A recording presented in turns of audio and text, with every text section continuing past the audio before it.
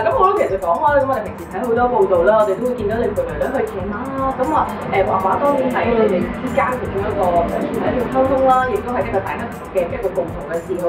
其實你會唔會話其實都有好着意去培養佢喺某幾方面嘅發展，定係其實都係由佢自己去揀一啲自己喜歡嘅事去做？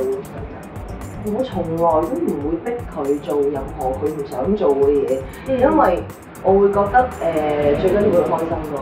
咁但係唯一嘅要求，我唯一一個俾佢嘅要求就係話，你讀書唔好要我擔心咯，即係我讀咗係你自己嘅，唔係我嘅。咁即係呢個係我覺得幫你墊底嘅一樣嘢咯。咁喺呢樣嘢之外，佢中意乜我都唔理啊，唔係點屋企有電鋸啫。好厲害！咁嚟到讀書嗰方面，而家會點樣咧？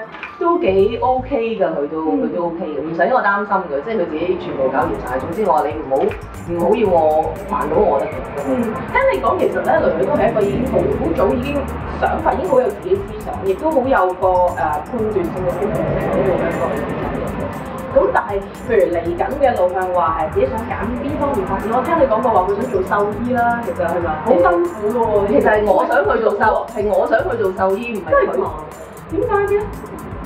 呢個係我一個好老土嘅諗法嚟嘅，因為佢自己中意動物啦，咁佢好喜歡即係小動物啊、大動物啊，總之好中意啲 nature 嘅嘢啦、大自然嘅嘢啦。佢又唔係嗰啲，因為佢阿媽我都唔係咁樣，變咗佢更加唔係啦。咁即係佢唔係啲貪靚嗰啲咧女仔咁，即係佢好粗魯嘅 OK。咁變咗我會覺得，咁你做咩咧？第時係咪先？咁你中意動物，咁我覺得。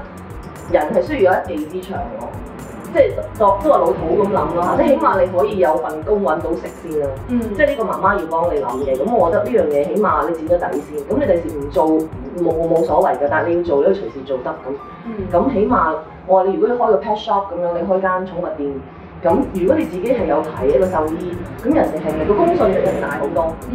係咪？即係公信力大好多咯。咁我覺得。讀得唔好嘥咯，如果有讀得到嘅話，係咪先？咁你自己點諗咧？如果你想去做獸醫呢方面自己，我問佢咯，咁你覺得你做得啲乜啊？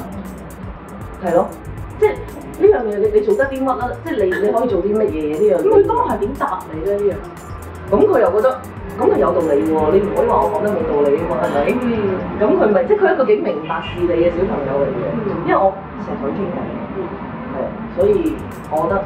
即係譬如你中意影相嘅，你會去讀攝影咯，或者你讀一啲同攝影有關嘅嘢，你會覺得嗰樣嘢你第時可以我哋揾到食，係啦，唔好讀啲虛無縹緲嘅。你即係譬如你中意 art 都得㗎，你 fine art 都得㗎。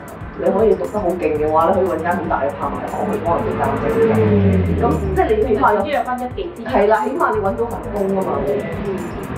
咁但係其實女女咧由細到大嗰個學習方式咧，其實都比較係西方化。其實你會唔會係都有喺呢方面安排過，定係會點樣樣咧？咁而家翻嚟香港啦，咁接觸翻我哋本地嘅環境比較多啦。但係其實喺學校方面，其實都係一個西式嘅教育，一個比較西方嘅文化喺當中。其實呢個會唔會係都係你自己 prefer 會去揀嘅定係？其實唔關事嘅，係因為我唔捨得佢咁早走已經唔捨得啦。而家先10幾歲啫喎。咁但係如果你讀中文學校咧，你諗住第時譬如大學喺度讀嘅話咧，咁好多時啲家長咧，中3、中4就送你走嘛。咁但係我而家可以等到中學畢業先走，咁即係可以已經係多2年㗎啦，多2年就係2年啊嘛。即係因為可能係因為由細到大個關係好 close，都好緊密，咁所以都唔想佢咁快。唔想咁快離開自己。呢個唔想咁快離開自己咧，就肯定係嘅。咁但係你話，我又唔會覺得我需要去控制佢或者佢陪喺我身邊咯。咁但係我覺得，因為你成日轉學校唔好啊嘛，係咪先？